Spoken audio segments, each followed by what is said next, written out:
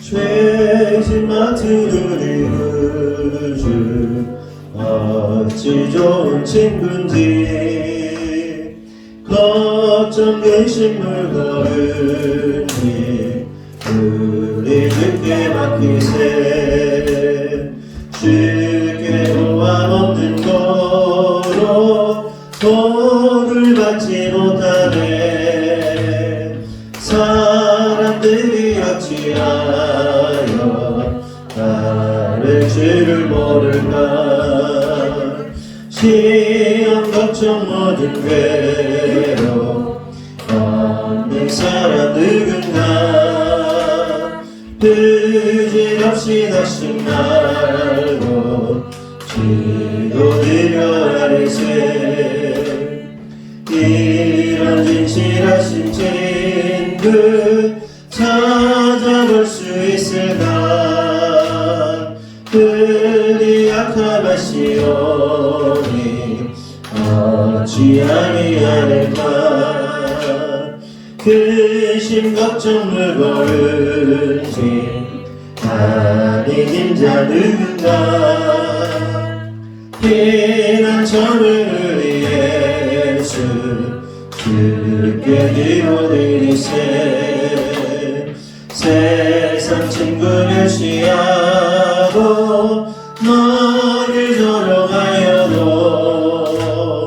예수 품에 안기서 참된 위로받겠네 2절 시험 걱정 모든 죄로 없는 사람 누군가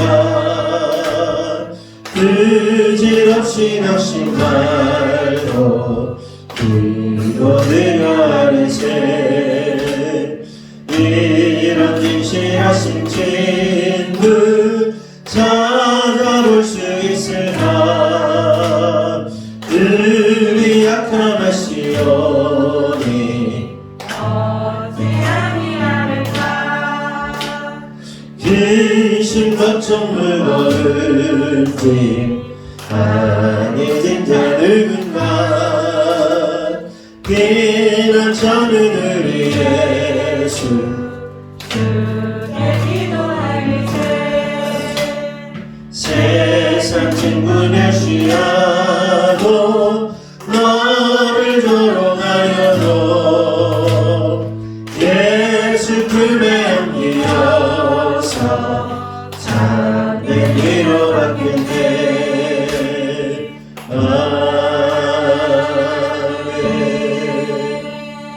잠시 기도하겠습니다. 하나님 아버지 감사합니다. 오늘 이 시간도 우리가 이 자리에 모이게 하시고 하나님께 찬양과 영광을 돌리며 또한 하나님 말씀을 듣게 하심을 감사합니다. 하나님 이 시간 부족한 종의 말씀을 선포할 때 우리의 심령이 열리게 하여 주시고 듣는 귀를 허락하셔서 하나님 말씀을 듣게 하시고 또한 우리의 눈은 하나님 말씀을 바라보며 또한 우리의 입술은 하나님을 고백할 수 있는 시간 될 수 있도록 하나님 역사하시고 인도하여 주시옵소서. 이 시간 우리를 방해하고 또한 괴롭히는 더러운 사단마귀 세력 떠나가게 하시고 오직 성령의 충만함 안에서 하나님만이 영광 받으시는 시간 되도록 역사하여 주시옵소서. 주님 이루실 줄 믿사옵고 예수님의 이름으로 기도합니다. 아멘. 말씀은 열왕기상 1장 32절에서 53절까지입니다.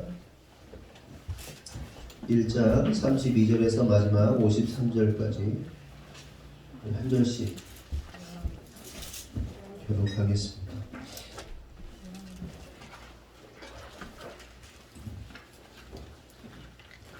(1장 32절에서 53절) 한 절씩 교독합니다.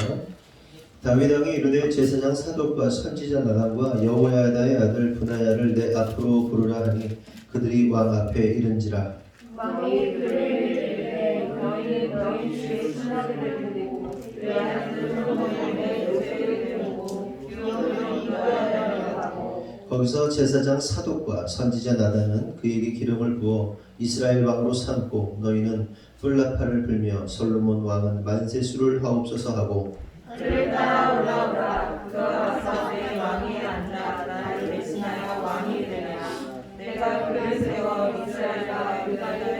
하나도 증명하였느니라. 여호야다의 아들 브나야가 왕께 대답하여 이르되 아멘 내 주 왕의 하나님 여호와께서도 이렇게 말씀하시기를 원하오며 또 여호와께서 내 주 왕과 함께 계신 같이 솔로몬과 함께 계셔서 그의 왕위를 내 주 다윗 왕의 왕위보다 더 크게 하시기를 원하나이다 하라. 제사장 사독과 선지자 나단과 여호야다의 아들 브나야와 그렛 사람과 블렛 사람이 내려가서 솔로몬을 다윗 왕의 노새에 태우고 인도하여 기온으로 가서 제사장 사독이 성막가운데서 풀린다는 풀을 가져다가 솔로몬에게 기름을 부으니 위에 풀라파를 불고 모든 백성이 솔로몬 왕은 만세를 하옵소서 하니라. 모든 백성이 그를 따라 올라와서 피리를 불며 크게 즐거워하므로 땅이 그들의 소리로 말미암아 갈라질 듯하니 아도니야와 그와 함께한 손님들이 먹이를 가실 때 알아들은지라. 요압이 풀라팔 소리를 듣고 이르되 어찌하여 성읍 중에서 소리가 일어나느냐. 말할 때에 제사장 아비아들의 아들 요나단이 오는지라. 아도니아가 이르되 들어오라 너는 용사라 아름다운 소식을 가져오는도다. 요나단이 아도니야에게 대답하여 이르되 가여 우리 주 자기가 솔로몬을 왕으로 삼으시나이다. 왕께서 제사장 사독과 선지자 나단과 여호야다의 아들 브나야와 그렛 사람과 블렛 사람을 솔로몬과 함께 보내셨는데 그들 무리가 왕의 노새에 솔로몬을 태워다가 제사장 사독과 선지자 나단이 요동에서 그를 보고 왕으로 삼고 우리가 그곳에서 올라오면 즐거워하므로 성읍이 지성하였나니 당신들에게 들리지가 할 것이라. 또 솔로몬도 왕자에 앉아있고 왕이 신하들과 와서 우리 주 다윗 왕에게 축복하여 이르기를 왕이 하나님이 솔로몬의 이름을 왕의 이름보다 더 아름답게 하시고 그의 왕위를 왕의 이름보다 크게 하시기를 원하나이다. 아멘. 왕이 침상에서 몸을 굽히고 또한 이르기를 이스라엘의 하나님 여호와를 찬송하리로다. 여호와께서 오늘 내 왕 위에 앉을 자를 주사 내 눈으로 보게 하셨도다 하셨나이다 하니 아도니야와 함께한 손님들이 다 놀라 일어나 각기 갈 길로 간지라. 아도니아도 솔로몬을 두려워하여 일어나 가서 제단불을 잡으니 어떤 사람이 솔로몬에게 말하여 이르되 아도니야가 솔로몬 왕을 두려워하여 지금 제단불을 잡고 말하기를 솔로몬 왕이 오늘 하루 자기 돈을 취하겠다고 내게 그가지를 원하나 하였나. 솔로몬이 이르되 그가 만일 선한 사람일진데 그의 머리털 하나도 땅에 떨어지지 아니하려니와 그에게 악한 것이 보이면 죽으리라 하고 사람을 보내어 그를 제단에서 이끌어내니 그가 와서 솔로몬 왕 위에 서라매 솔로몬이 이르기를 이제 죽어라 하였더라. 아멘. 말씀을 통해서 하나님의 음성을 듣는 저와 여러분 되기를 예수님의 이름으로 축원합니다. 오늘은 나팔소리라는 제목으로 말씀을 나누도록 하겠습니다. 지난주 우리는 하나님 나라는 아도니아처럼 세상적으로 멋지고 잘난 사람이 왕으로 등극하는 것이 아니라 가늠과 살인에도 불구하고 하나님의 긍휼을 입은 다윗과 밧세바 사이에서 태어난 솔로몬, 그러니까 여디디아와 같은 사람이 하나님이 세우신 왕이 된다는 사실을 나누었습니다. 그러니까 중요한 건 뭐예요? 세상에서 우리가 사람을 볼 때 이러한 사람이 왕의 자격이 있다 말하잖아요. 그러니까 아도니아처럼 키도 크고 잘생기고 뭐 힘도 있고 능력도 있고 인기도 많고 정치적 능력도 많은 그런 사람이 하나님이 세우시는 왕이 아니라 하나님이 세우시는 왕은 어떤 사람이에요? 긍휼을 입은 자들. 그러니까 밧세바가 어떤 사람입니까? 가늠한 사람이고 교사, 살인한 사람이고, 그리고 그 사이에서 밧세바와 같은 자 사이에서 솔로몬이 태어나잖아요. 그러니까 하나님의 긍휼과 은혜로 세워지는 자가 하나님의 긍휼과 은혜로만 하나님 나라의 왕이 세워진다. 하나님의 백성이 세워지고 하나님의 왕이 세워지고 하나님의 사람들이 세워진다는 사실을 깨달아야 돼요. 그래서 우리가 하나님 앞에 섰을 때마다 어떤 생각을 하는 거죠? 실제로 하나님의 은혜, 긍휼을 입은 자들은 어떻습니까? 자신의 쓰레기됨, 자신의 먼지됨, 자신의 티끌됨을 안단 말이에요. 그래서 고백할 수밖에 없다는 것이죠. 결국 우리가 이를 통해서 깨달을 수 있는 사실은 뭐냐면 하나님 나라는 세상의 힘으로 세워지는 것이 아니라 오직 하나님의 은혜와 긍휼과 사랑과 공의로만 세워지는 것이라는 거예요. 그렇게 하나님의 은혜와 사랑과 긍휼을 통해서 세워진 나라의 백성들에게는 어떤 특징이 하나 나타나는데 방금 말씀드린 대로 진짜 하나님의 사랑을 입은 자들, 진짜 하나님의 긍휼을 입은 자들은요 어때요? 자기의 먼지됨, 자기의 쓰레기됨, 자기의 아담됨을 안단 말이에요. 항상 말씀드리지만 아담이 뭐죠? 흙, 아담아, 흙, 먼지, 쓰레기라는 뜻이에요. 그 자신이 원래 아담이라는 죄, 아담의 분상들, 저와 여러분이 아담과 똑같은 아담들이 모여 있단 말이에요. 아담 분상이라고 말해요.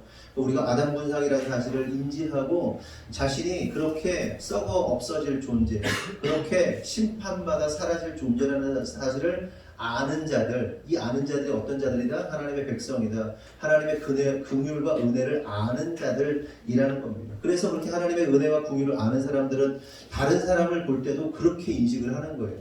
여러분, 세상은 어떻습니까? 세상은 사람을 볼 때 어떻게 생각하냐면 가능성을 봅니다. 세상은 사람을 볼 때 뭔가 완벽한 걸 기대해요. 그래서 뭔가 어떤 사람이 정치인이든 어떤 뭐 지도자든 누군가가 뭔가 잘못 요만큼이라도 해보세요. 물고 뜯고 씹고 막 난리도 아닙니까? 뭐 인터넷 보세요. 댓글 달린 거 보세요. 누가 요만큼만 잘못해도 난리가 나는 거예요. 그러나 진짜 하나님의 사람들은 어떻습니까? 그렇게 댓글 안 달아요. 너나 나나 똑같은 쓰레기다. 똑같은 쓰레기인데 뭘 욕하고 뭘 비난을 하는 겁니까? 물론 그런 경우는 있죠. 진짜 너무 그러니까 일반인들이 할 수 없는 엄청난 범죄들, 막 어마어마한 막 살인죄들, 막 모녀를 죽이고 막 PC방에서 게임 이렇게 하다가 뭐 모녀 살인하고 그랬던 사람이 최근에 있었잖아요. 그런 사람들을 보면 너무 충격적이긴 하지만 그런 경우가 아니라면 일반적으로 누군가가 죄를 지면 어때요? 아이고 너도 똑같은 인간이지. 나도 인간이야. 나도 쓰레기야. 걔도 쓰레기야. 이렇게 되는 거예요. 그런데 하나님의 은혜와 긍휼을 모르는 사람들, 세상 사람들 어떻게 해요? 쓰레기? 이 얘기 들으면 그냥 넘어가는 거예요. 하나님의 사람이라고 교회 다닌다고 하면서도 너 쓰레기다 그러면 그냥 넘어가는 거예요. 내가 왜 쓰레기냐고. 근데 우리는 뭐라고 그래요? 맞다, 나 쓰레기다. 나 쓰레기다. 이렇게 되는 거 아니에요. 오죽하면 한 성도가 예전에 이런 얘기를 하는 거예요. 이제 이제 부부싸움을 했는데 막 싸우다가 저쪽에서 막 욕을 했다는 거예요. 그래서 나 원래 쓰레기야. 나 진짜 쓰레기야. 이렇게 얘기를 했는데 너도 쓰레기야. 그러더니 나는 쓰레기 아니라고 막 난리 나고 막 그런 얘기를 이제 어떤 성도가 예전에 그 얘기를 하더라고요. 한쪽에서는 인정을 못해요. 한쪽에서 같이 예수 믿는데 한쪽에서는 자기는 쓰레기라는 사실을 인정이 안 돼요. 물론 두 사람이 이제 이렇게 헤어지긴 했지만 자신의 쓰레기됨을 안단 말이에요. 진짜 하나님의 은혜를 아는 사람, 진짜 하나님의 나라 백성들은요 자신의 그 더러움, 악함을 안단 말이에요. 그런데 이러한 사실을 그 누구보다 잘 알았던 왕이 누굽니까? 다윗. 그리고 그러한 지난주에도 설명했지만 그러한 사람들의 구설, 그러니까 솔로몬 입장에서 보세요. 아버지가 누구예요? 살인자 아닙니까? 다윗 왕, 위대한 다윗 왕이기도 하지만 한편에서는 백성들이 그렇게 씹던 왕이에요. 살인했잖아요. 여자 가늠하고 살인했단 말이에요. 그런 사이에서 밧세바 사이에서 그 자기 형님이 있었는데 그 아들은 죽고 그 사이에서 솔로몬이 태어난 거 아닙니까? 그 솔로몬이 자라오면서 어떠한 상처, 어떠한 그 뭐랄까요 충격, 그 아픔이 얼마나 많았겠어요. 그런데 그가 결국 하나님의 손에 의해서 왕으로 세워지고 그 세워진 왕이 그 누구보다도 긍휼, 그 하나님의 사랑을 그 누구보다 아는 사람이란 말이에요. 결국 여러분 이런 것도 마찬가지예요. 우리가 살아가면서 자라온 혹은 생활하면서 살아왔던 수많은 상처들이 있습니다. 일반인들이 경험하지 못했던 상처들일 수도 있고 아픔일 수도 있고 여러 가지 상처와 아픔들이 있어요. 그런데 그 모든 것이 여러분 많이 들어보셨겠지만 결국 그 일을 통해서 하나님께서 그 사람에게 주시는 놀라운 은혜가 있습니다. 그러니까 진짜 아픔이 뭔지 알고 진짜 사랑이 뭔지 알고 진짜 그 아파하는 사람을 돌볼 수 있는 그런 마음이 있는 거예요. 진짜로. 굉장히 중요한 거예요. 그래서 여러분의 상처가 그냥 나쁜 게 아니라 하나님께서 사람들을 이해하고 용납하고 품는데 사용하시는 하나의 도구가 된다는 사실을 여러분들이 잘 이해하셨으면 좋겠습니다. 다윗이나 솔로몬이 그 누구보다 하나님의 긍휼과 은혜를 알았다는 거죠. 계속해서 본문 열왕기상 1장 32절에 35절을 보면 다윗 왕이 이르되 제사장 사독과 선지자 나단과 여호야다의 아들 브나야를 내 앞으로 부르라 하니 그들이 왕 앞에 이른지라. 왕이 그들에게 이르되 너희는 너희 주의 신하들을 데리고 내 아들 솔로몬을 내 노새에 태우고 기온으로 인도하여 내려가서 거기서 제사장 사독과 선지자 나단은 그에게 기름을 부어 이스라엘 왕으로 삼고 너희는 뿔 나팔을 불며 솔로몬 왕은 만세수를 하옵소서 하고 그를 따라 올라오라. 그가 와서 내 왕위에 앉아 나를 대신하여 왕이 되리라. 내가 그를 세워 이스라엘과 유다의 통치자로 지명하리라. 하였느니라 이렇게 말하고 있습니다. 다윗이 밧세바와 나단의 말을 듣습니다. 밧세바와 나단 선지자가 지금 그 아도니아가 쿠데타를 일으키고 있다는 사실에 대해서 이제 소상히 밝힌단 말이에요. 얘기한단 말이에요. 그래서 다윗이 그 말을 듣고 어떻게 하는 겁니까? 제사장 사독과 선지자 나단과 여호야다의 아들 분하야를 불러서 솔로몬을 왕으로 세우라고 명령을 이제 선포를 하는 겁니다. 그러자 이러한 왕명을 받은 분하야가 이렇게 대답을 해요. 36절, 37절 여호야다의 아들 분하야가 왕께 대답하여 이르되 내 주 왕의 하나님 여호와께서도 이렇게 말씀하시기를 원하오며 또 여호와께서 내 주 왕과 함께 계신 같이 솔로몬과 함께 계셔서 그의 왕위를 내 주 다윗 왕의 왕위보다 더 크게 하시기를 원하나이다 하니라. 여기서 분하야는 참고로 어떤 사람이냐면요, 그 그렛 사람과 블레셋 용병들을 지휘하는 시위대 대장입니다. 그러니까 다윗의 왕국이요 굉장히 큰 힘을 가지고 있는 나라였어요. 그래서 용병들을 썼습니다. 그리고 이제 밧세바의 남편 우리아도 용병이잖아요. 그러니까 이스라엘을 지키는데 용병을 사용할 만큼 막강한 권력을 가지고 있었던 용병이 뭔지 알죠? 얘들아 용병 뭔지 알아? 다른 나라 사람들 군인들 사다가 쓰는 걸 용병이라고 그래. 그러니까 주변의 나라들 블레셋과 그렛 사람들을 그렛 사람들이 용병이 있었는데 그 용병들을 다스리는 사람이 이제 분하야였던 겁니다. 그런데 여기서 우리가 주목해볼 사실은 분하야가 뭐라고 그러냐면 내 주 왕과 함께 계심같이 솔로몬과도 함께 계셔서 그의 왕위를 다윗 왕의 왕위보다 더 크게 하시기를 바란다, 원한다 라고 대답을 하게 됩니다. 다윗이 솔로몬을 왕으로 세우라 딱 그랬더니 분하야가 그 일을 맡은 분하야가 그러는 거예요. 다윗 왕이시여 당신의 왕위보다 다음에 세워지는 솔로몬의 왕위가 더 크고 위대하기를 원합니다 라고 이렇게 선포를 하고 있는 겁니다. 그렇다면 여기서 우리가 좀 생각해 볼 사실은 뭐냐면 분하야가 솔로몬의 왕위를 다윗의 왕위보다 더 크게 해달라고 했던 그 말의 의미가 뭐냐, 그 진의가 뭐냐는 거예요. 어떤 의도와 어떤 뜻으로 한 것이냐 하는 겁니다. 우리가 문자적으로 이해한다면 뭐겠어요? 여러분, 다윗의 왕위보다 다윗의 왕의 권세보다 솔로몬의 왕의 권세가 더 크게 원한다라고 했을 때 여러분들 문자적으로 보면 어떤 생각이 듭니까? 다윗의 나라보다 솔로몬의 나라가 더 크고 확장되기를 바란다는 의미로 우리가 이해할 수 있을 겁니다. 그럼 실제로 분하야가 그런 의도로 그런 얘기를 한 것일까요? 아니에요. 분하야는 그런 의미로 말한 게 아닙니다. 근데 우리는 일반적으로 그냥 생각해보면 문자적으로 해석을 해보면 다윗의 지경이나 다윗의 어떤 나라보다 훨씬 더 큰 나라가 솔로몬이 되기 원한다. 솔로몬의 나라가 더 크게 원한다라고 생각하지만 사실은 그게 아니다라는 겁니다. 그러면 무슨 뜻일까요? 그것은 무슨 뜻이냐? 이스라엘, 그러니까 솔로몬이 왕이 되었을 때 분하야가 말한 말씀의 진의는 뭐냐? 솔로몬이 왕이 되었을 때 다윗 왕 때보다도 더 크고 충만하게 하나님의 긍휼과 자비가 확대되고 커지기를 원한다는 의미로서 선포한 거예요. 이게 하나님의 말씀을 사실은 분하야가 다윗에게 혹은 솔로몬에게 아부하려고 이렇게 그냥 어떤 축복의 말을 한 것이 아니라 하나님 말씀을 의지하여서 하나님의 은혜와 하나님의 긍휼과 하나님의 공의가 다윗 왕 때보다 솔로몬 왕 때 훨씬 더 확장되고 확대되기를 원한다는 의미로서 그런 얘기를 한 겁니다. 좀 더 풀어서 말하면 이스라엘이 제사장 나라가 되어서 하나님의 긍휼을 온 나라와 민족과 열방 가운데 끼치기를 원한다는 의미로서 그러한 고백을 했던 겁니다. 그러나 여러분, 그런데 여기서 중요한 사실은 뭐냐면 이러한 고백은 하나님의 사람들만이 할 수 있는 거예요.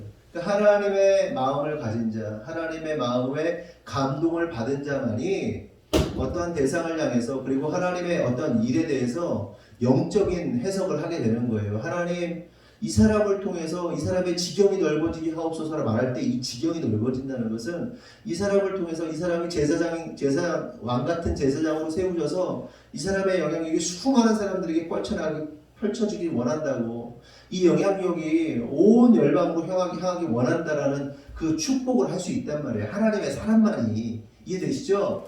그러나 하나님의 사람이 아닌 자들은 어떻게 이해합니까? 이 부분에 대해서 어떻게 해석을 할까요? 단지 솔로몬의 나라가 더욱더 확장되고 주변의 나라들을 다 정복하고 지경이 넓어지고 그래서 막 제국이 되는 뭐 이런 것으로 해석을 한다는 것이죠. 그런데 이러한 해석은 하나님의 사람들은 이러한 해석을 못해요. 근데 세상 사람들은 하나님의 영이 없으면 이런 해석을 합니다. 그리고 이것이 바로 아도니아의 사고방식인 거예요. 이 대척점에 있는 사람이 누구예요 지금? 아도니아라는 사람하고 솔로몬이잖아요. 하나님은 누굴 선택하십니까? 솔로몬을 택하신단 말이에요. 긍휼을 아는 자.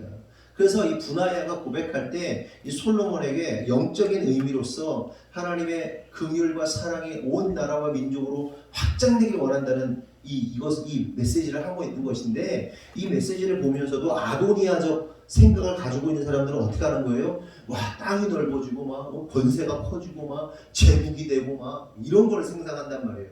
이 아도니아적 접근이라는 겁니다. 성도 여러분, 야베스의 기도 잘 아실 겁니다. 이 야베스의 기도도 이 분하야의 고백과 동일한 맥락을 가지고 있어요. 야베스가 뭐라고 기도합니까? 주께서 내게 복을 주시려거든 나의 지역을, 나의 지경을 넓혀주시고 주의 손으로 나를 도우사 나를 환난에서 벗어나 내게 근심이 없게 하옵소서라고 기도합니다. 그래서 여기서 핵심이 뭐예요? 복에 복을 더하시고 지경을 넓혀달라 이렇게 기도를 한다는 거예요. 그런데 이 지경을 넓혀달라는 기도의 진의가 뭡니까? 언젠가도 설교했지만 이 야베스의 기도는 결국 예수 그리스도의 기도로 이어지는 거거든요. 이거 설명하려면 뭐 복잡해지니까 야베스의 기도가 결국 예수 그리스도를 의미하는 겁니다. 그러니까 야베스가 바랬던 기도는 뭐냐면 자신의 부와 명예와 권세가 확장되는 커지는 것을 기도했던 것이 아니라요,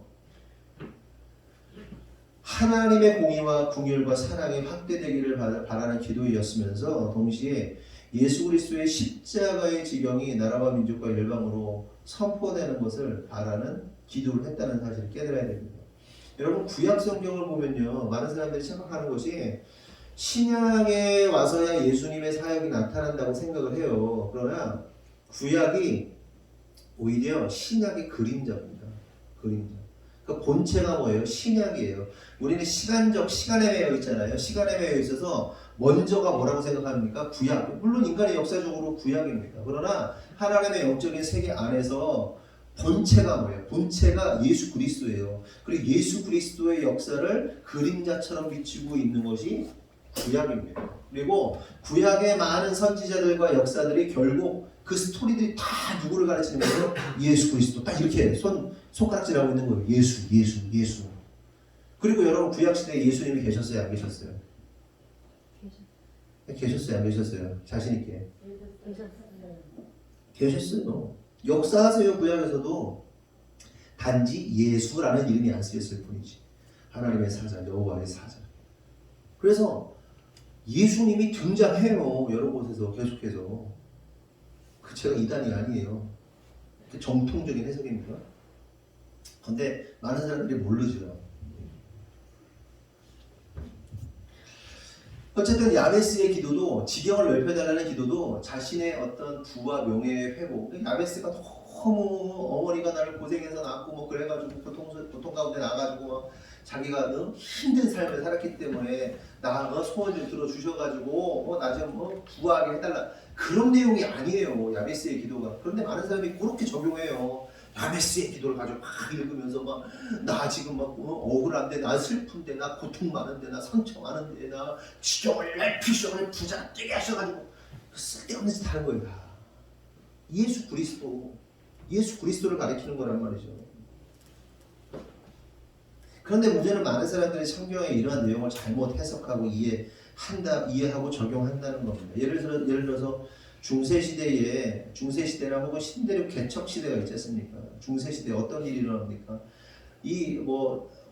생육하고 번성하고 땅에 충만하라, 땅을 정복하라, 이런 창세기의 말씀을 가지고 또 여호수아가 정복전쟁하는 이 말씀을 근거로 십자군 전쟁 같은 게 일어났던 거 아닙니까?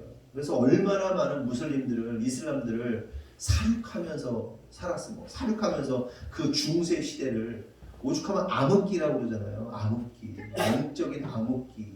하나님께서 어떠한 역사도 보여주시지 않는 그 사단에게 사로잡혔던 중세 시대 말씀의 잘못된 적용이 얼마나 많은 사람들을 피 흘리게 했습니까? 그게 복음의 확정은 그렇게 되는 게 아니에요. 복음의 확정은 사랑하는 거고 내가 대신 죽는 거지 저 사람을 무력으로 굴복시키는 게 아니란 말이에요.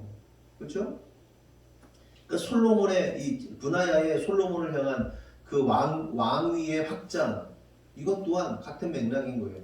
또한 이 신대륙 개척 시대에 어땠습니까? 얼마나 많은 사륙이 일어납니까? 잘 아시다시피 뭐 미션이라는 영화 같은 데 보면 남미의 그 원주민들을 막 죽여가면서 막 복음을 확장하잖아요.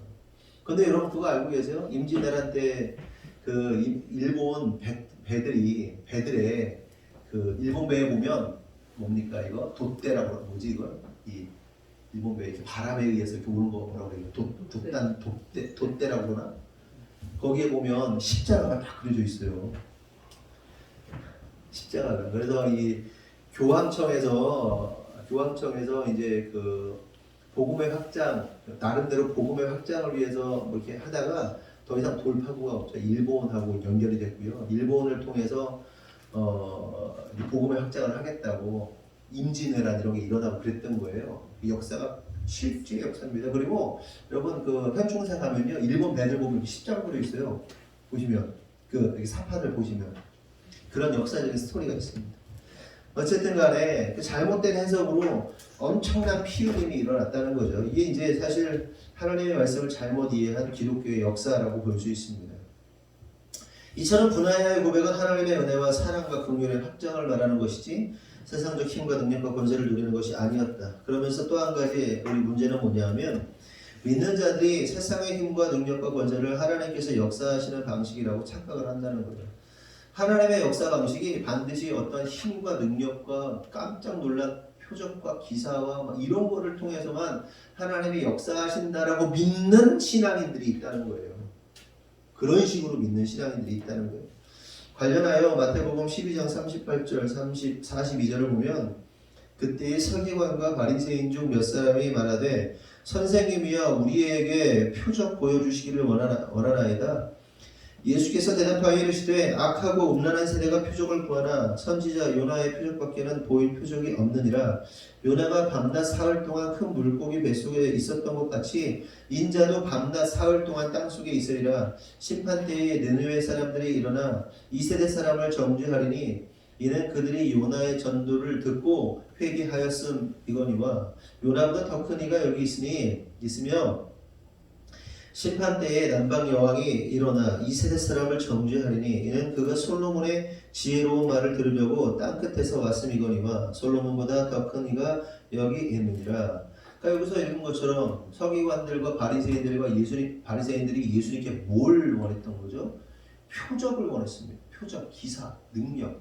그러니까 내가 당신을 하나님의 아들을 믿을 수 있도록 어마어마한 어떤 사인이나 표적이나 기사나 말하자면 우리가 깜짝 놀랐어요. 당신이 진짜 하나님의 아들이라면 세상에 깜짝 놀랄 만한 어떤 기적이나 표적을 보여달라고 바리새인과 서기관들이 요구했던 겁니다.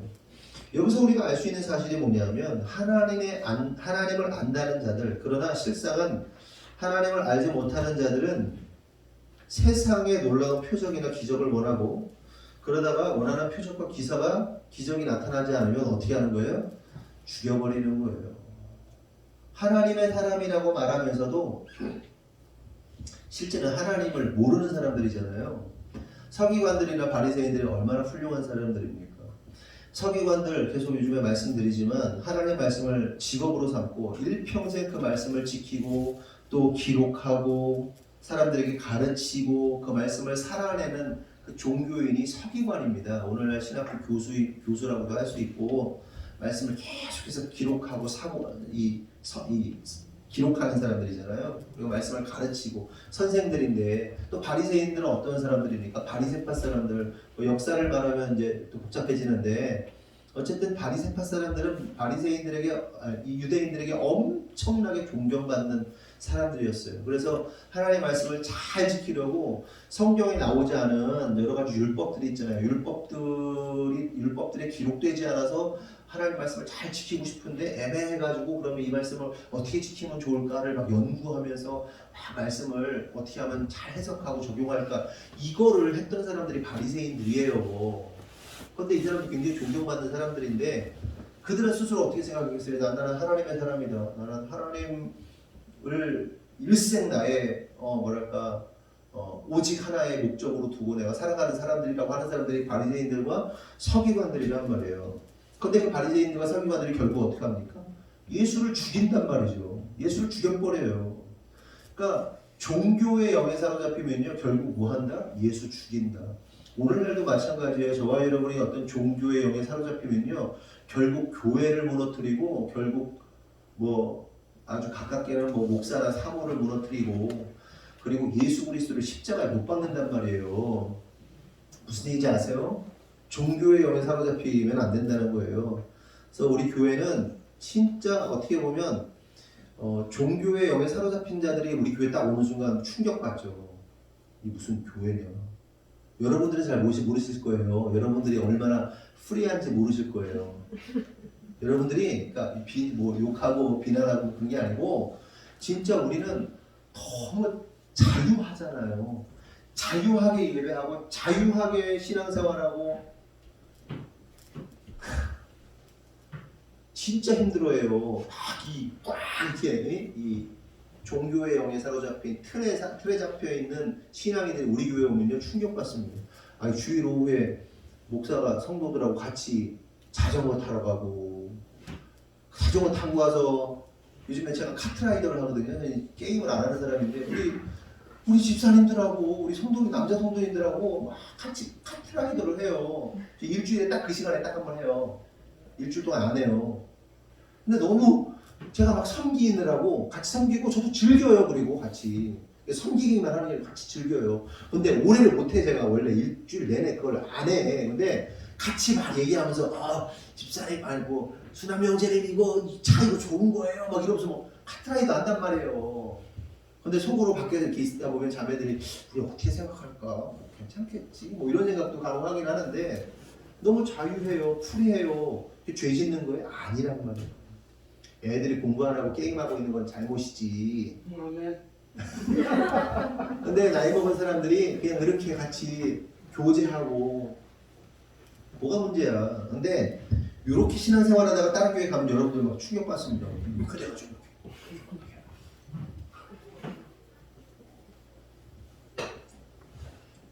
충격받는다. 종교에 사로잡히면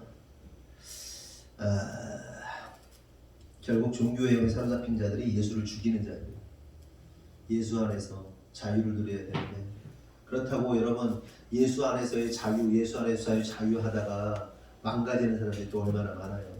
그래서 굉장히 밸런스가 중요한 거예요. 하나님의 법과 질서 그리고 질서 안에서의 자유, 법과 질서 안에서의 자유 이게 중요한 거예요. 여러분 법의 테두리 없이 자유함을 느끼는 걸 뭐라고 해요? 방종이라고 그런단 말이에요. 그래서 지켜야 할 선을 지키면서 하나님 말씀에 벗어나지 않는 자유를 누릴 수 있어야 된다는 거죠. 어쨌든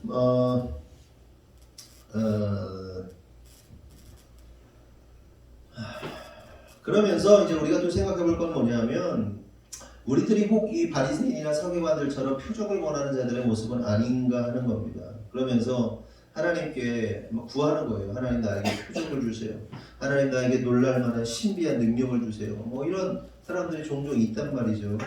맞아요. 그럴 수도 있어요. 한편에서는 그렇게 구하고 싶을 때가 있죠. 하나님 표적도 주시고 사인도 주시고 기적도 주시고 막. 그리고 우리 하나님은 그것을 이렇게 기도할 때 또 당신의 사람들에게 하나님의 기사와 표적을 또 보여주세요. 그런데 안 보여주셔도 하나님 아무 상관없어요. 무슨 얘기인지 아세요? 안 보여주셔도 아무 상관없어요. 왜? 이미 저와 여러분을 구원해 주신 것 자체가 놀라운 기적이고 표적이에요. 아멘이십니까? 계속 말씀드리지만 지옥 불구덩이에 떨어질 것들을 딱 건져가지고 심판 때 막 이렇게 떨어지냐 막 이러고 있는데 딱 건져가지고 살려놓으면 얼마나 감사한 일입니까? 그런데 이 지옥에 떨어질 사람이 떨어질 걸 구해놨더니 뭐 돈을 1억 원만 주세요, 뭐 차 좀 주세요, 뭐가 의미가 있어? 그게 중요한 게 아니라니까. 그런데도 불구하고 하나님은 우리를 얼마나 사랑하시는지 구원에 내셨는데도 불구하고 막 기도하고 원하고 막 그러면 또 줘. 또 우리 하나님은 또. 그런데 안 줘도 뭐 서운해할 필요 없다니까. 무슨 얘기인지 아시죠? 아이고, 그런 거 아니어도 우리는 이미 십자가의 은혜를 입었기 때문에 전혀 중요하지 않다. 그런데 문제는 그럼에도 불구하고 믿는 자들이 자꾸만 뭘 원하는 거예요? 바리새인들과 서기관들처럼 표적을 원하고 바란다는 겁니다. 그래서 이 표적을 원하는 바리새인들과 서기관들에게 예수님께서 뭐라고 하십니까? 음란한 세대가 표적을 구한다 이렇게 말씀하십니다. 왜 갑자기 예수님은 음란한 세대라는 단어를 툭 던지셨을까요? 그렇잖아요. 갑자기 표적을 보여주십시오. 음란한 세대가 표적을 구한다고. 이게 무슨 뜻이에요? 여러분 왜 음란한 세대일까요? 제가 곰곰이 생각해봤더니 여러분 음란죄가 뭡니까? 음란죄가 뭐라고 했어요 제가? 막 이렇게 막 성적으로 막 타락해가지고 그것도 음란죄죠. 근데 근본적으로 하나님 앞에서 음란죄는 뭐예요? 우상숭배. 우상숭배. 우리 하나님이 우리의 뭐가 되시죠? 남편 되셔요. 우리 신부예요. 예수 그리스도가 우리의 신랑이시고 하나님께서도 구약의 성경을 통해서도 내가 너의 남편이 된다 이렇게 말씀하신단 말이에요. 근데 아내인 우리들이 남편을 버리고 다른 남자 만나, 다른 여자 만나, 그게 음란죄예요. 근데 하나님 외에 다른 남자, 다른 여자가 뭐예요? 우상. 그러니까 우상 숭배가 음란죄란 말이에요. 결국 음란한 세대라고 말씀하신 것은 뭐냐면 음란한 세대가 뭐냐? 하나님을 믿지 않고 우상을 믿는 세대. 세상의 힘과 세상의 능력과 세상의 권세, 그러니까 세상을 다스리는 세상의 주관자를 따르는 세대가 음란한 세대인 거예요. 이해되셨죠? 그러면서 계속 뭐라고 하시는가? 당신께서 보이실 표적은 요나의 표적밖에 없다 이렇게 말씀하십니다. 요나가 고레 뱃속에서 사흘 동안 있다가 나오죠. 그것이 뭘 의미하는 거죠? 뒤에도 예수님께서 말씀하시지만 예수님께서 죽으셨다가 사흘 만에 부활하시는 역사를 보여주는 겁니다. 그러니까 요나의 기적은 예수님의 본질, 예수님의 사건을 보여주는 보다 그림자다. 네? 사건상으로는 이게 먼저인데 영적으로는 이게 본질이고 예수님이 죽었다 살아나시는 게 본질이고 저게 그림자다. 결국 예수님께서 보여주실 표적은 뭐냐면 세상에 환호하는 어떠한 엄청난 권세와 능력과 기적이 아니라 십자가에서 힘없이 죽으시고 그리고 조용히 살아나시는 것, 부활하시는 것. 이것이 예수님이 보이실 표적이라는 거예요. 그런데 문제는 예수님의 이러한 표적을 사람들이 원합니까? 원하지 않습니까? 원하지 않는다는 거예요. 그걸 표적으로 이해하지도 않고 그 표적에 환호하지도 않고 그 표적을 대단히 여기지도 않는다는 거예요. 사람들이 어떤 거에 놀라겠습니까? 뭐 빌 게이츠나 뭐 이런 양반들이 뭐 아니면 뭐 세상에 어떤 뭐 대단한 영향력을 끼치는 누군가가 막 성공 스토리 이런 것들을 환호하지.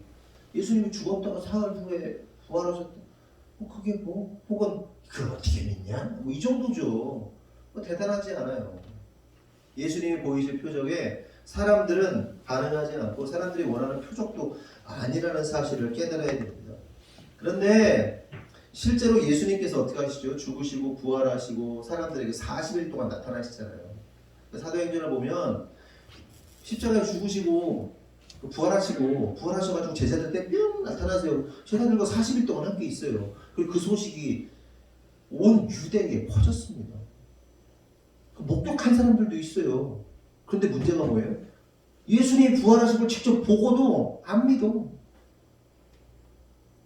아무도. 서기관들, 바리새인들 그걸 보고도 안 믿어. 왜 안 믿는 겁니까?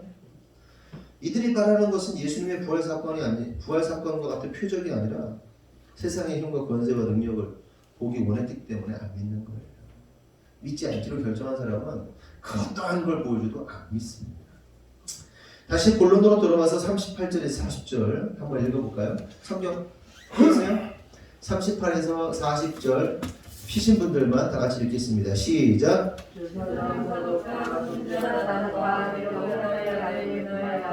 블레 사람과 블레 사람이 내려가서 솔로몬의 다윗왕의 돛을 태우고 인도하여 기돈으로 와서 제사장 사도이 성막 관에서 기름 담은 홀을 가져다가 솔로몬에게 물고니 이에 프라판을 들고 모든 백성이 솔로몬과 만든 안식으로 서서하니라. 모든 백성이 그에 따라 올라와서 피리를 베며 깨지 좋아하고 땅이 그들의 힘으로 말미암아 갈라질 듯하니.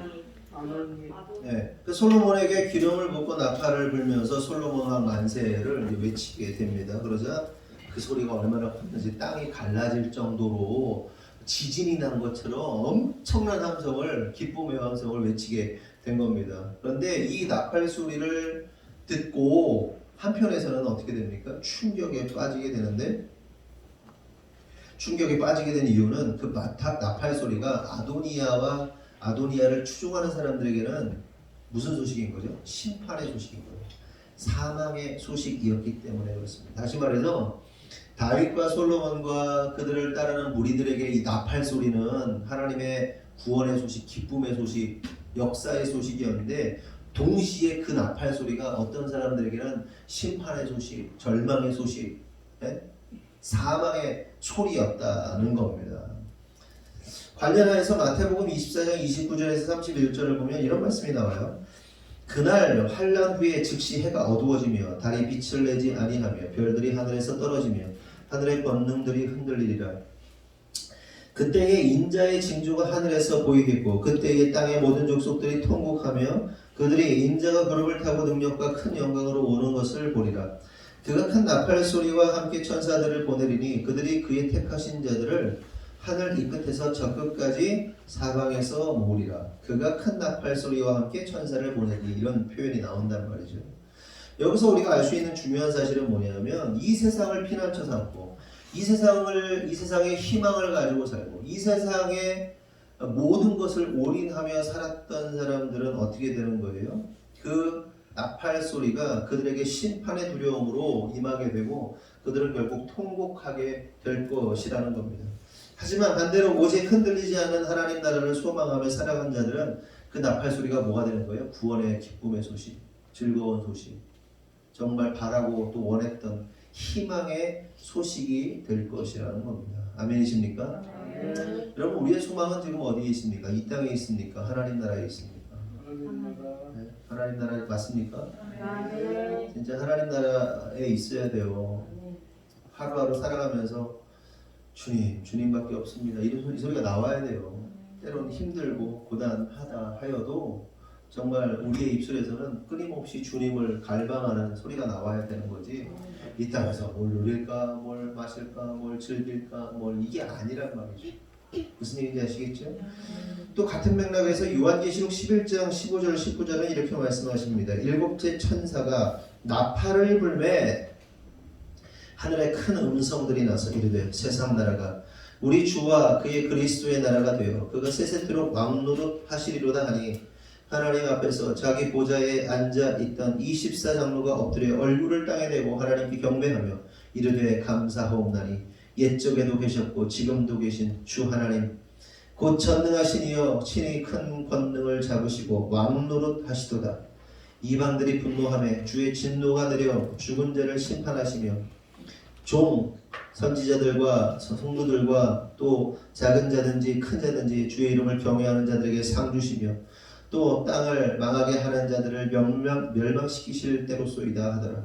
이에 하늘에 있는 하나님의 성전이 열리니 성전 안에 하나님의 언약궤가 보이며 또 번개와 음성들과 우레와 지진과 큰 우박이 있더라. 그러니까 여기서도 확인할 수 있는 사실은 뭐냐면, 이 땅에서 스스로의 힘을 추구하며 아도니아처럼 산 사람들은 나팔 소리가 심판의 소리가 될 거라는 것이고, 하지만 솔로몬이나 다윗처럼 자기가 잘난 거 하나도 없음에도 불구하고 오직 하나님의 은혜만을 구했던 자들은요, 그 나팔 소리가 구원의 나팔 소리가 될 것이라는 겁니다. 그러면서 오늘 본문 41절에서 45절을 보면 아도니아와 그와 함께한 손님들이 먹기를 마칠 때에 다 들은지라 요압이 뿔 나팔 소리를 듣고 이르되 어찌하여 성읍 중에서 소리가 요란하냐 말할 때에 제사장 아비아들의 아들 요나단이 오는지라 아도니아가 이르되 들어오라 너는 용사라 아름다운 소식을 가져오는도다 요나단이 아도니아에게 대답하여 이르되 과연 우리 주 다윗 왕이 솔로몬을 왕으로 삼으셨나이다 왕께서 제사장 사독과 선지자 나단과 여호야다의 아들 브나야와 그렛 사람과 블렛 사람을 솔로몬과 함께 보내셨는데 그들 무리가 왕의 노새에 솔로몬을 태우다가 제사장 사독과 선지자 나단이 기온에서 기름을 부어 왕으로 삼고 우리가 그곳에서 올라오며 즐거워함으로 성읍이 진동하였나니 당신들에게 들린 소리가 이것이라. 그러니까 아비아들의 아들 요나단이 나팔 소리가 왜 났는지 아도니아에게 전하는 거예요. 아도니아가 갑자기 큰 소리가 나니까 이게 무슨 일이냐 궁금했는데 갑자기 요나단이 아비아들의 아들 요나단이 다윗과 요나단 말고요. 아비아들의 요나단이 왜 어떤 소식인지에 대해서 이제 설명을 한 겁니다. 계속해서 46절에서 48절을 보면 이렇게 말해요. 또 솔로몬도 왕좌에 앉아있고 왕의 신하들도 와서 우리 주 다윗 왕에게 축복하여 이르기를 왕의 하나님이 솔로몬의 이름을 왕의 이름보다 더 아름답게 하시고 그의 왕위를 왕의 위보다 크게 하시기를 원하나이다 하며 왕이 침상에서 몸을 굽히고 또한 이르기를 이스라엘의 하나님 여호와를 찬송하리로다.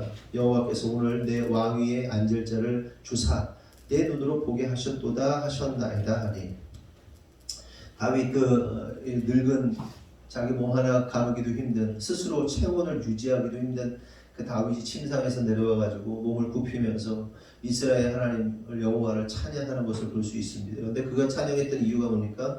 내 왕위에 앉을 자를 주셔서 내 눈으로 보게 하셨습니다라고 고백을 합니다. 지난주에 설명했다시피 늙고 노쇠한 그 노구가 늙은 몸이 해야 할 게 가장 중요한 게 뭐예요? 다음 왕위를 세우는 거란 말이에요. 근데 다윗 왕이 조금 자기가 건강이 안 좋다거나 아니면 자기가 늙어간다라고 느꼈을 때 그는 가장 먼저 해야 될 게 그거예요. 후손을 세우는 거예요. 왕위를, 다음 왕위를 세우는 거였어요. 근데 그가 안 세웠다고 제가 말씀드렸죠. 끝까지 오늘 내일 해요. 그리고 얼마 있다 죽어요. 실제로 좀 있으면 죽어요. 근데 오늘 내일 하는 사람이 왕을 안 세우는 거예요. 다음 왕을. 근데 왜 왕을 안 세웠다고 했어요? 누가 될지는 알았죠. 솔로몬이 될 건 알았어요. 그러나 다윗이 솔로몬을 왕으로 세우지 않았던 이유는 뭐예요? 하나님을 신뢰했기 때문에 그래요. 자기 힘으로 왕을 세우지 않아도 하나님은 하나님의 뜻으로 하나님의 역사하심을 통하여 자연스럽게 솔로몬을 왕으로 세울 것을 믿었기 때문에 자기의 힘과 능력을 동원해서 솔로몬을 왕으로 세우지 않았다는 겁니다. 이해되세요? 왜 그랬습니까? 다윗 왕도 그랬잖아요. 기름 부음 받고 사울이 살아있는데 다음 왕위를 이을 자를 그 기름 부음을 받잖아요. 사무엘에게 기름 부음을 받고 바로 왕이 된 게 아니라 수십 년간 도망자의 삶을 살아요. 그리고 하나님의 때에 하나님께서 다시 다윗을 왕으로 세운 것을 알았고 경험했기 때문에 자신의 힘으로 솔로몬을 왕으로 세우고 싶지 않았던 거예요. 하나님이 세우시기를 원하셨던 겁니다. 그래서 하나님은 하나님의 때에 하나님이 일을 하신다 그 사실을 믿었기 때문에 자기 힘을 동원하지 않았던 겁니다.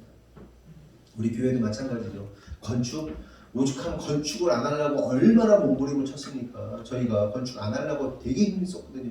그리고 우리 목회 가운데는 건축은 없다. 우리 부모님들 다 그거 건축을 위해서 온 재산 바치면서 그렇게 해왔기 때문에 우리 때는 건축하지 않겠다라고 마음을 먹었지만 분명한 사실은 뭐예요? 하나님을 사랑하고 하나님의 전을 사랑하는 그 마음을 아시는 주님께서 하나님의 때에 하나님의 방식으로 하나님의 일을 하시는 거예요. 아멘이십니까? 그래서 어제도 그 얘기를 하는 거예요. 어제도 제 아내하고 우리 건축 여보 돈 계산 얼마 어떻게 들어간지 알아? 아 몰라. 저도 잘 모르겠어요. 돈이 뭐 이렇게 나가 있고 뭐 1,000만 원 뭐 해가지고 막 몇 억 뭐 지금 모르겠어요. 뭐 하여튼 억 단위로 나가니까 뭐 몇 억 이렇게 나갔는데 얼마인지도 잘 모르겠어요. 그러면서 계속 나가거든요. 앞으로도.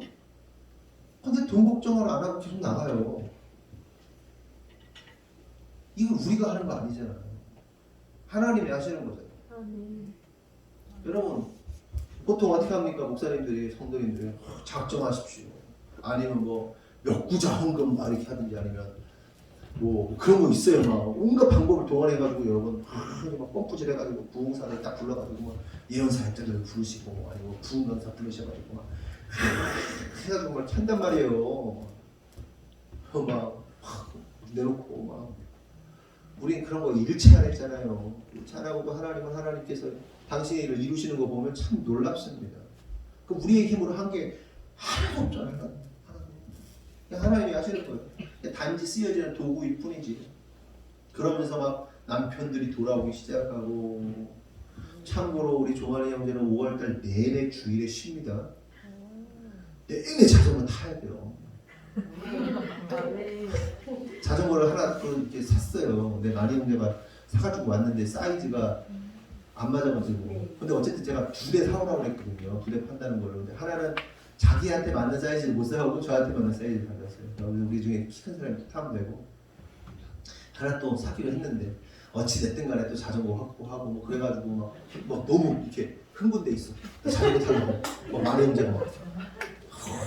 선영 집사님은 이제 막 사는 과정에서 막 이제 막 사기치 이 사람이 막 팀이한 거야. 사러 갔는데 사람이 없어.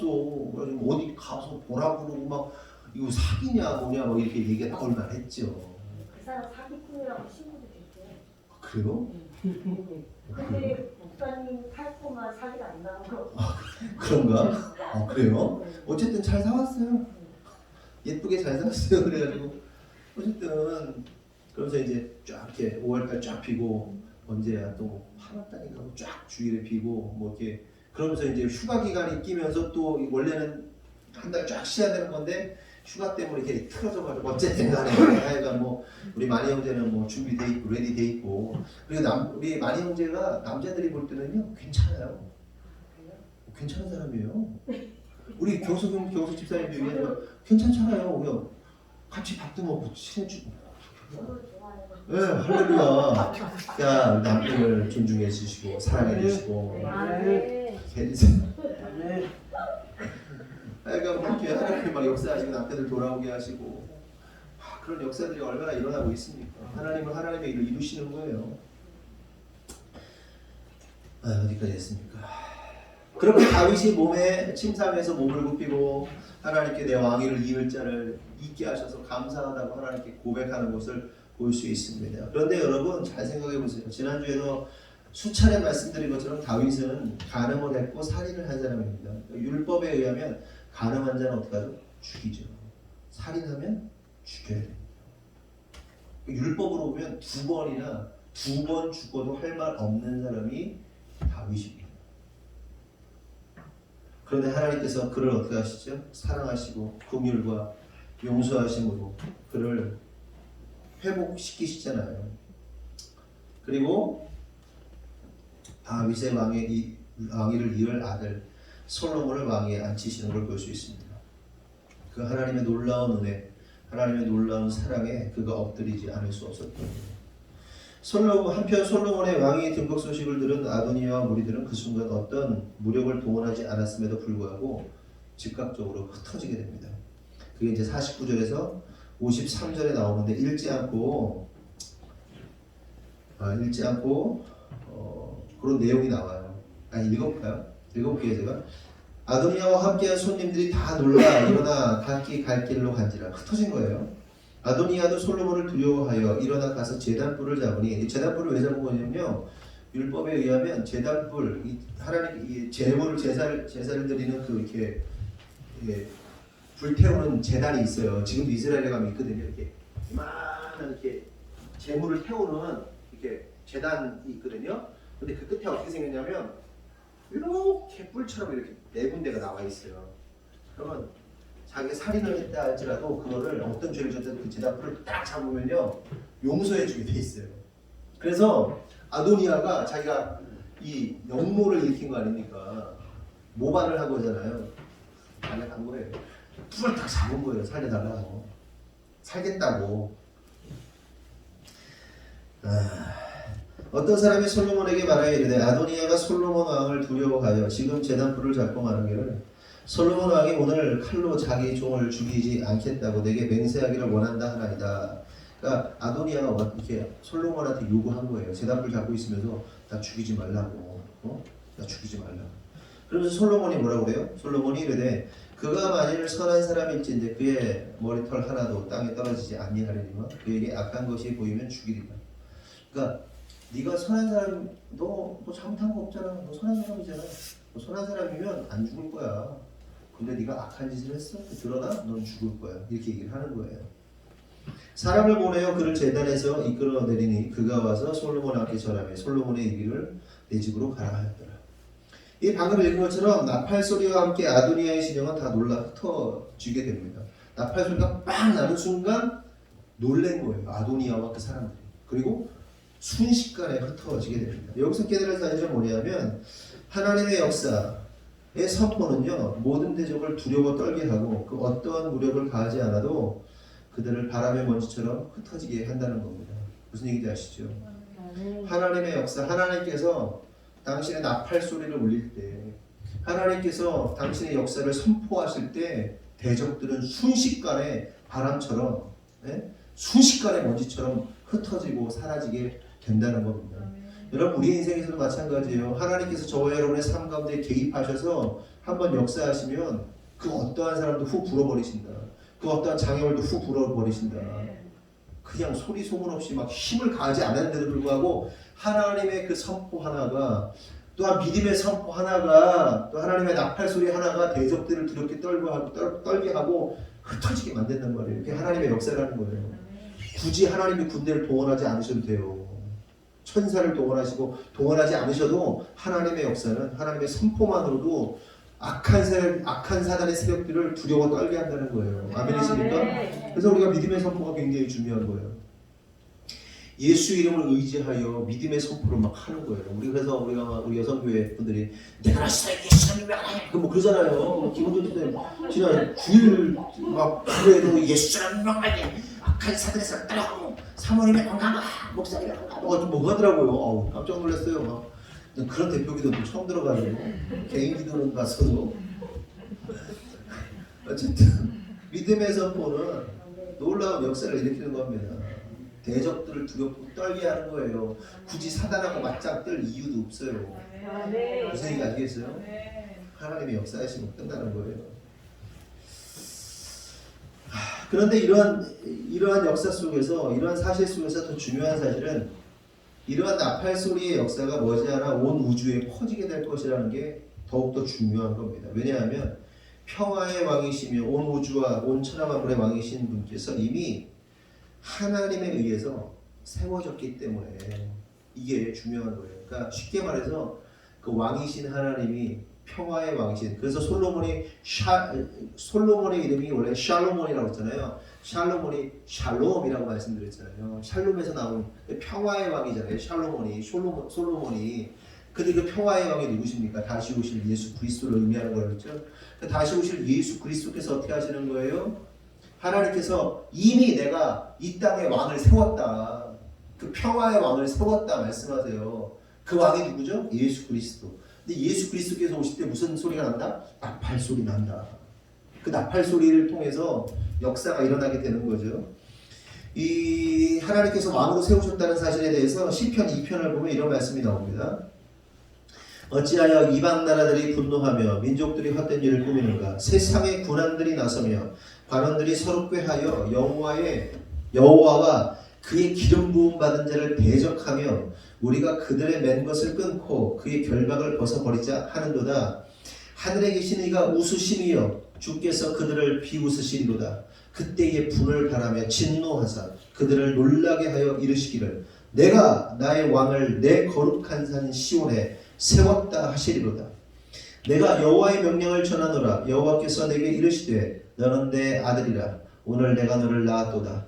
내게 구하라. 내가 이방 나라를 내 유업으로 주리니 내 소유가 땅끝까지 이르리로다. 내가 철장으로 그들을 깨뜨리며, 계시록 보면 철장 권세 예수 그리스도에 나옵니다. 철장으로 그들을 깨뜨리며 질그릇같이 부수리라 하시도다. 그런즉 군왕들아 너희는 지혜를 얻으며 세상의 재판관들아 너희는 교훈을 받을지어다. 여호와를 경외함으로 섬기고 떨며 두려워할지어다. 그의 아들에게 입맞추라. 그렇지 아니하면 진노하심으로 너희가 길에서 망하리니 그의 진노가 급하심이라. 여호와께 피하는 모든 사람은 다 복이 있도다. 아멘. 이미 하나님께서 왕을 세우셨다는 거예요. 세상의 군왕들과 같은 왕이 아니라 하나님의 놀라운 기름 부음을 받은 자, 그를 세우셨다는 겁니다. 그런데 그가 어디에 세워졌다라고 말하냐면 거룩한 산 시온에 세웠다, 이렇게 하나님께서 말씀하세요. 여러분, 시온산이 어디입니까? 시온산이 어디냐면요, 예수님께서 십자가에서 죽으신 데가 어디죠? 골고다 언덕이죠. 거기가 시온산이에요. 시온산. 그리고 좀 더 이제 더 풀어서 말하면 아브라함이 이삭을 바쳤던 곳이 시온산입니다. 같은 산이에요. 그런데 대신 이삭이 안 죽고 누가 죽죠? 그 옆에 있던 양, 어린 양 예수가 대신 죽죠? 같은 시온산이에요. 그리고 감람산이죠. 감람산이 예수님께서 다시 오신다는 감람산이 시온산입니다. 그리고 동시에 골고다 언덕입니다. 그러니까 성경에 매우 중요한 순간마다 양이 등장하고 예수 그리스도의 예표가 등장하는데 그곳이 다 시온산이고 감람산이고 골고다고 또 뭡니까? 모리아산이고 뭐 그래요. 모리아산이 또 시온산이고 하나님 말씀을 갖고 또 역사하시고 뭐 그런 데가 다 같은 산입니다. 그런데 그곳에 누가 섰다는 거예요? 예수 그리스도께서 섰다는 거예요. 왕으로 서셨다. 2000년 전에 이미 십자가를 통해서 온 땅의 왕으로 세워지셨고 그 왕이 나팔 소리와 함께 오실 것이다. 심판하실 것이다 라고 말씀을 하시는 겁니다. 이런 말씀 마칩니다. 마지막 시대에 살고 있어요. 사실은 예수님이 부활하신 사건 이후로 그때부터 종말, 말세라고 말합니다. 그러니까 성경적으로 보면 말세는 2000년 전부터 시작된 거예요. 그리고 땅끝까지 복음이 증거되어야 하기 때문에 그 시간이 계속해서 지체되고 있는 것이고, 혹자들은 이제 제가 청년 때에 무슨 얘기를 했냐면 비전 2020, 그래서 2020년이면 복음화가 완성이 된다라고 이야기를 했어요. 그냥 우리가 열심히 하면 2020년이면 복음이 온 나라와 민족과 열방에 들어가면 이 얘기가 아니고요. 복음을 가지고 있잖아요. 선교의 확장, 그리고 선교사들의 지원, 그리고 복음이 전파되는 속도, 이런 것에 대해서 연구하시는 분들이 있어요. 그래서 실제로 컴퓨터를 돌려서 시뮬레이션을 합니다. 근데 온 나라와 민족과 열방으로 복음이 증거되는데 대도시들은 복음이 막 들어갔잖아요. 근데 아주 소수민족들이나 부족들은 복음이 안 들어가고 뭐 그런 경우들이 있잖아요. 근데 선교사들이 들어가서 그것을 복음화시키는 것도 있고, 그 부족들이 소멸되는 경우도 있어요. 소멸돼서 도시로 편입되고, 그리고 전 세계 인구의 거의 90%가 도시에 산단 말이에요. 그러면서 그 모든 자료들을 가지고 시뮬레이션 했을 때 2020년이면 복음이 거의 증거된다. 아니면 늦어져도 2025년이다. 뭐 이런 얘기를 했었어요. 20, 30대 때 그런 얘기가 있었습니다. 그렇게 보면 사실은 복음의 확장은 거의 다 마무리됐다고 보는 게 맞습니다. 진짜 끝자락에 있다는 걸 배워요. 마지막 시대.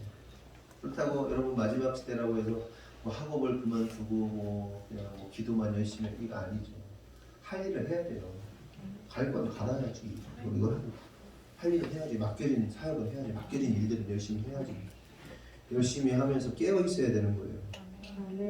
그래서 하나님께서 우리에게 주신 미션들, 다음 세대들을 세우는 것들, 키워내는 것들, 우리가 그 다음 세대들이 완성된 그림을 보지 못할 수도 있어요. 하지만 그럼에도 불구하고 끝까지 오늘도 우리는 끊임없이 계속해서 하나님의 일들을 감당해야 되는 거예요. 그러다가 주님 부르시면 나팔 불 때 나의 이름 부를 때에 잔치 참여하겠네 그러면서 쫙 하고 가면 되는 거예요. 아멘이십니까? 때가 되긴 됐어요. 여러분, 제가 갑자기 생각난 게 뭐냐면 제가 예언 사역자들을 존중한다고 제가 말씀드렸죠. 그렇지만 예언하시는 분들을 다 뭐 100% 무한 신뢰해서는 안 된다라고 또 말씀을 드렸어요. 근데 제가 기억이 나는 게 하나님께서 마지막 때에 교회들에게 성도들에게 재정의 기름 부으심을 넘치게 하신다라는 얘기를 제가 한 작년인가 그 얘기를 했던 기억이 납니다. 그런데 중요한 사실은 뭐냐? 하나님께서 주신 그 재정을 하나님의 뜻대로 유통하는 자들이 있는가 하면 그 재정에 취해서 타락하는 자들도 있을 것이다 이렇게 얘기를 했어요. 그게 마지막 믿는 자들의 시험이 될 것이다. 이 얘기를 어떤 예언사역자가 하는 얘기를 들었습니다. 맞는 것 같아요. 우리 교회도 마찬가지예요. 사실은 저나 우리 모두도 마찬가지입니다. 우리는 재정에 대해서 자유하셔야 하지만 방종해서는 안 되고요. 하나님 주신 마음을 가지고 잘 풀어낼 수 있도록 그 통로로서 잘 사용될 수 있도록 여러분 애쓰시고 노력해야 됩니다.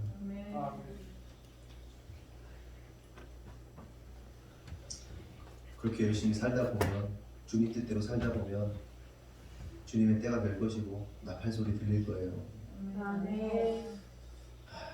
그날을 좀 기대합시다. 세상에 살면서 막 자기 욕구 채우려고 막 그러지 말고 하나님의 마음을 가지고 어떻게 해서든지 한 영혼이라도 더 구원하기 위해서 애쓰고 몸부림치는 저와 여러분 되기를 예수님의 이름으로 축원합니다. 기도하겠습니다. 하나님 감사합니다. 오늘 나팔 소리에 대해서 나눴습니다. 아도니아에게 나팔 소리는 또한 솔로몬과 다윗에게 나팔 소리는 너무나도 분명하게 다른 소리였습니다. 하나는 희망의 소리고 구원의 소리였지만 다른 편에는 절망이고 심판의 사망의 소리였습니다. 하나님 우리에게는 하나님의 나팔 소리가 무엇으로 다가오게 될지 참으로 많은 생각을 하게 됩니다. 주님 간절히 바라는 것은 우리가 끝까지 하나님의 긍휼과 은혜를 감사하며 그렇게 다윗과 솔로몬이 하나님의 은혜와 긍휼 안에서 기쁨의 나팔 소리를 들었던 것처럼 이 자리에 있는 모든 성도들이 구원과 기쁨의 나팔 소리, 하나님의 긍휼과 사랑의 나팔 소리를 들을 수 있도록 주장하시고 인도하여 주시옵소서. 이 땅을 소망하며 이 땅을 사랑하며 살아가는 자들이 아니라 우리의 본향인 하나님 나라를 소망하고 살아갈 수 있는 우리 모두 되도록 주님 축복하여 주시옵소서. 주님께서 그렇게 이루실 줄 믿사옵고 예수님의 이름으로 기도합니다. 아멘. 나같이 주여 한번 하고 기도하겠습니다. 주여!